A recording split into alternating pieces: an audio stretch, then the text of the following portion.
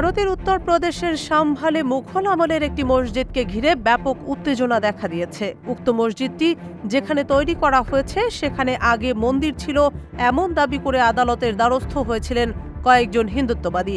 রবিবার সকালে মসজিদটিতে জরিপ চালাতে যায় একটি দল, কিন্তু জরিপ চালাতে বাধা দেন সেখানকার মুসল্লিরা। প্রাচীন এই মসজিদের সার্ভে বা সমীক্ষা করানোর নির্দেশকে ঘিরে স্থানীয় জনতা ও পুলিশের মধ্যে দফায় দফায় তীব্র সংঘর্ষের ঘটনা ঘটেছে, যাতে অন্তত ৩ জন মুসলিম নিহত হয়েছেন। এই ঘটনার পর সাম্ভালে ইন্টারনেট পরিষেবা বন্ধ করে দেওয়া হয়েছে।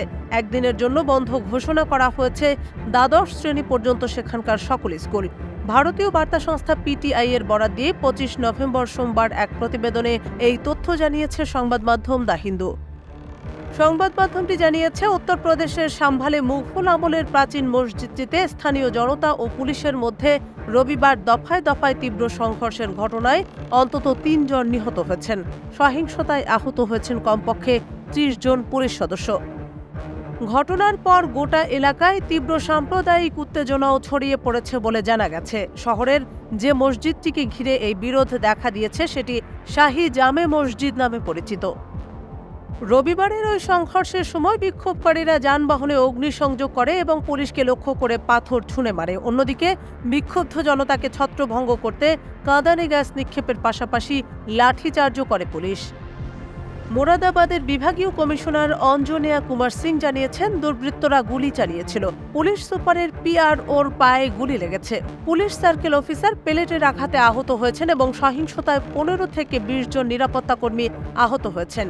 তিনি আরও দাবি করেন, একজন কনস্টেবলের মাথায়ও গুরুতর আঘাত লেগেছে এবং ডেপুটি কালেক্টরের পা ভেঙে গেছে।